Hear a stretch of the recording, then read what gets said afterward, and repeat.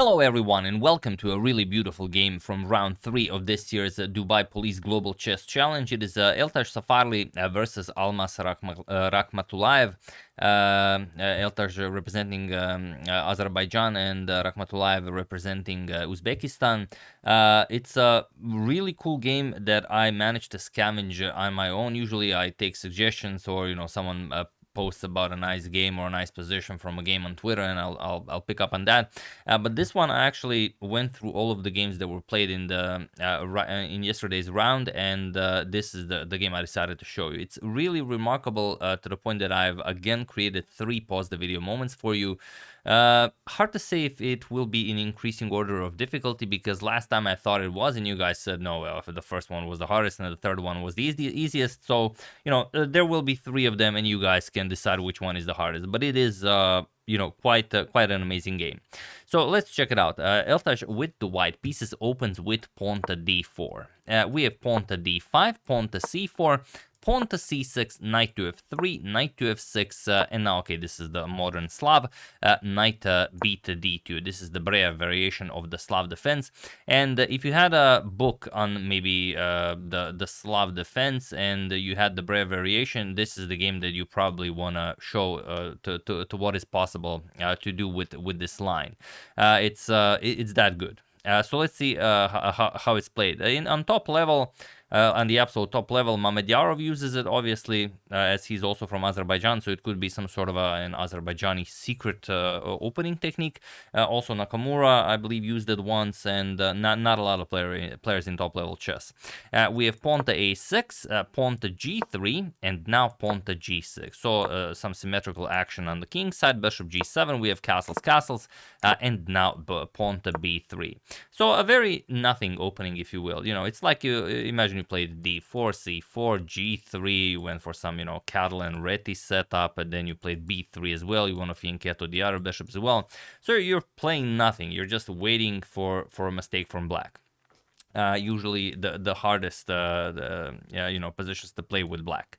And here some moves were played in this position. Knight e4 is a known move, bishop to f5 is a known move, pawn to b5 is a known move. But here we have bishop to g4, and is now as of move 8 that we have a completely new game. So okay, bishop to b2, continuing development, and the immediate bishop captures on f3. We have knight captures and pawn to e6. So by doing this early trade of bishop for knight, yes, black does give up the bishop pair, but he gets rid of the light square bishop. He positions all of his pawns on light squares. As you can see, all of them are on light squares, and you have a dark square bishop. All of your pawns on light squares definitely makes sense. The bishop can freely move around, and it's a nice position.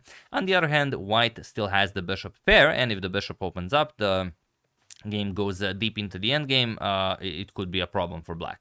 So okay, pawn to e3, we have knight b to d7, and queen to e2. So okay, just continuing development, both players putting pieces on optimal squares, rook e8, rook f to d1, rook to c8, and of course rook a to c1, and queen to e7, moving the queen, connecting the rooks. We have pawn to a3, preparing pawn to b4, and now knight to e4. Okay, it's a nice square for the knight. We have knight to e5. White also wants to enjoy a knight square for his knight, but if black captures, that means he can also mess up white's pawn structure. But it's nothing uncommon here. You will often see this captures, the pawn comes to e5, and then you make the position more solid by playing pawn to f4. You have a firm grip on the position, and then you try to exploit the, let's say, the weaknesses of f7 or maybe the open c file or something like that. So knight captures on e5, we have d captures, knight to c5 now, and pawn to b4. The b3 pawn is hanging, so pawn to b4. There's no real point in placing a knight on b3, because once the rook attacks it, there really is no good square for it. The knight to a4 is definitely an idea. For example, knight to a4, bishop to d4, and then the knight can retreat to b6. But here we have the immediate knight to d7. And now, while you could play f4 right away, first c captures on d5. And okay, e captures on d5 and pawn to f4. And this is what I meant. Okay, you have double e pawns, but a very, very strong setup here, and if the bishop pair comes alive, it could be a serious problem for black. And best for black to do here is black does not have any active options here. Best is to play knight to f8, knight to e6, and just hold. But here we have pawn to f6, and yeah, here comes the problem, and here we reach the first pause the video moment. Objectively, black's position is already lost. But you have to play very, very precise moves in order to, capitalize on this f6 huge imprecision or a blunder, if you will. So feel free to pause the video for the first time and try to find the best move for white while I give you a couple of seconds. So for those of you who were able to do it, congratulations on finding this wild idea. And for those of you who just want to enjoy the show, it is pawn to e4. As Bobby Fischer would say, best by test. He, of course, meant it on the first move, but it works here as well. And now the problem is, what is black to play next? So let's see if black just continues with what he had planned. He played f6. Of course, he wants to play f captures on e5. So let's see what's up with that. Well, the real idea is that it's just lost for black. The positioning of black's pieces prevents black from actually playing this position. E captures on d5.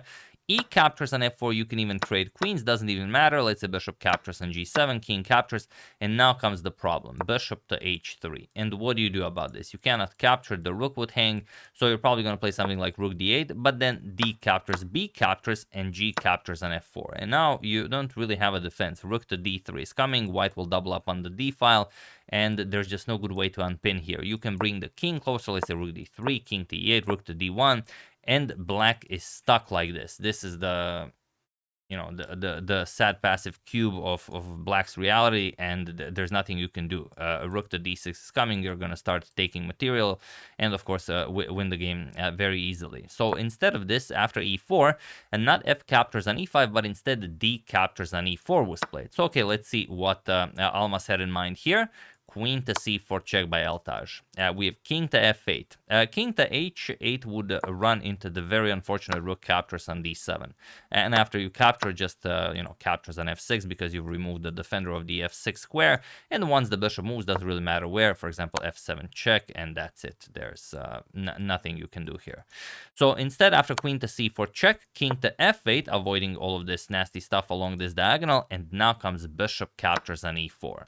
And last hope for black here is to play something like rook c to d8 and pretty much suffer for the rest of the game. But here f captures on e5 was played, and now feel free to pause the video for the second time, and again white's position is completely winning. Have at it while I give you a couple of seconds.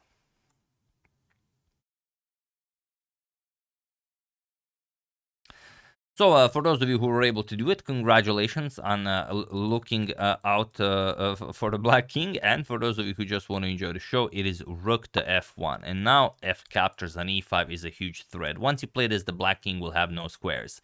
And also the f6 square will not be available to the knight or the bishop, so you're not going to be able to defend. So here queen to e6, offering a queen trade while giving the black king the e7 square. So okay, f captures on e5 opens up a discovery towards the black king, and now king to e7. And it seems like Almas defended well here, and that he will survive the attack. However, it only seems that way. Feel free to pause the video for the third time and end the game in white's favor while I give you a couple of seconds.